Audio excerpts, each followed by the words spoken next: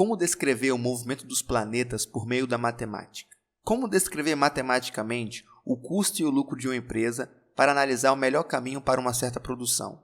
Como utilizar a matemática para descrever a dinâmica populacional de certa região para o melhor controle e qualidade de vida? Este é o canal Matemática Ensino e eu sou Rômulo Machado, professor de matemática e pesquisador. E o tema de hoje é a modelagem matemática.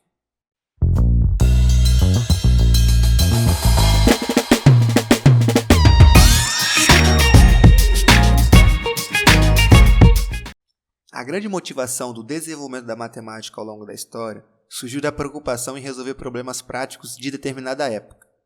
Claro que é impossível localizar no tempo os primeiros indícios da matemática, mas podemos inferir que o ser humano sempre buscou entender e explicar o mundo e seus fenômenos. Logo, a busca por modelos que explicassem, ou pelo menos descrevessem esses fatos, se manifesta desde os tempos mais remotos. Muitas vezes, a ausência de registros impediu o desenvolvimento e o entendimento dos mesmos, mas, de fato, a matemática foi e continua sendo desenvolvida a partir da necessidade de uma sociedade a resolver os seus problemas. Essa matemática, que estuda a simulação de sistemas reais a fim de prever o seu comportamento, sendo empregada em diversos campos de estudo, como física, química, biologia, economia e engenharias, é chamada de matemática aplicada.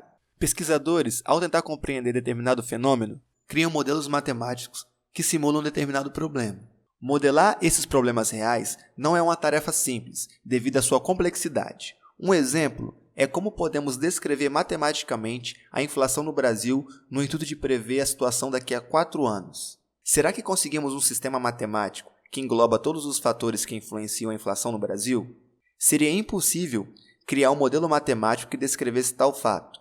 Mas, se tivermos uma aproximação da solução, já seria ótimo, pois, se soubermos o intervalo de variação da inflação, já é um grande passo ao tomar uma decisão, como por exemplo em um investimento. Como é muito complexo modelar com fidelidade um problema real, adotamos algumas hipóteses simplificadoras. Um exemplo de simplificação da realidade é a mecânica newtoniana, na qual estabelece que força é igual a massa vezes aceleração. Sabemos que isso não é uma verdade no seu sentido mais completo, tanto que depois veio a mecânica relativística, tentando corrigir a mecânica de Newton. Porém, dessa simplificação, conseguimos soluções reais. Nós montamos as equações de Newton e conseguimos, através delas, todas as formas da mecânica newtoniana que conhecemos. Então, a modelagem matemática tenta descrever um problema real, modelando o problema por meio de um modelo aproximado. Deste problema aproximado, conseguimos soluções reais.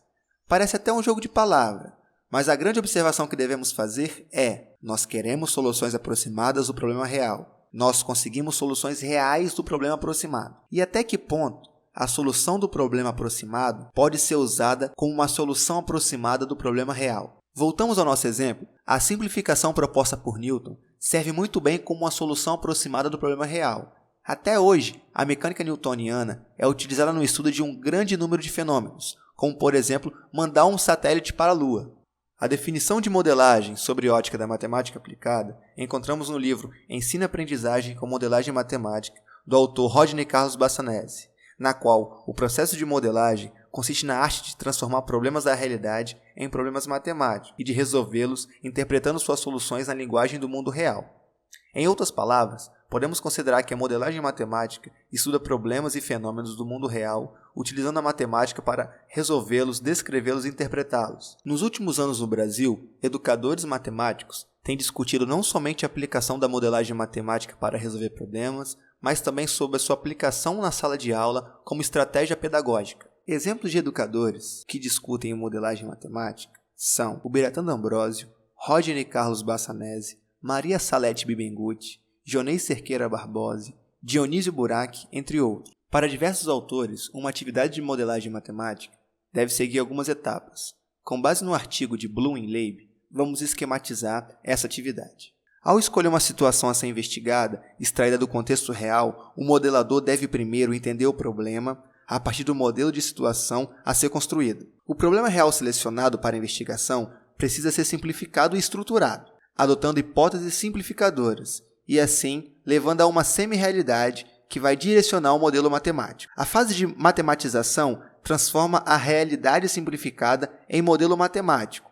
Nessa fase, o modelo aproxima o mundo real do mundo da matemática. A fase trabalhando matematicamente significa produzir os resultados matemáticos a partir de ferramentas que a matemática pode oferecer, o cálculo, a resolução de equações, análise geométrica e outras, que são interpretadas no mundo real como resultados reais. A obtenção de resultados matemáticos requer sua adequação ao mundo real. Interpretando, o modelador vai refletir acerca do comportamento do modelo matemático e seus métodos de resolução na presença do contexto real. A validação dos resultados leva o indivíduo a refletir sobre as soluções obtidas, podendo indicar a necessidade de percorrer o ciclo novamente. De acordo com os novos fatores, as recomendações para o modelador podem ser bem diferentes. A fase final denomina-se apresentando os resultados. As soluções encontradas nesse ambiente de interatividade fizeram uso dos instrumentos semióticos, foram analisadas e interpretadas à luz dos conhecimentos matemáticos e validadas à situação real, trazendo possíveis respostas ao problema original. Você, professor de matemática ou aluno, quer saber um pouco mais sobre modelagem matemática? Aqui vai algumas indicações de livros e artigos.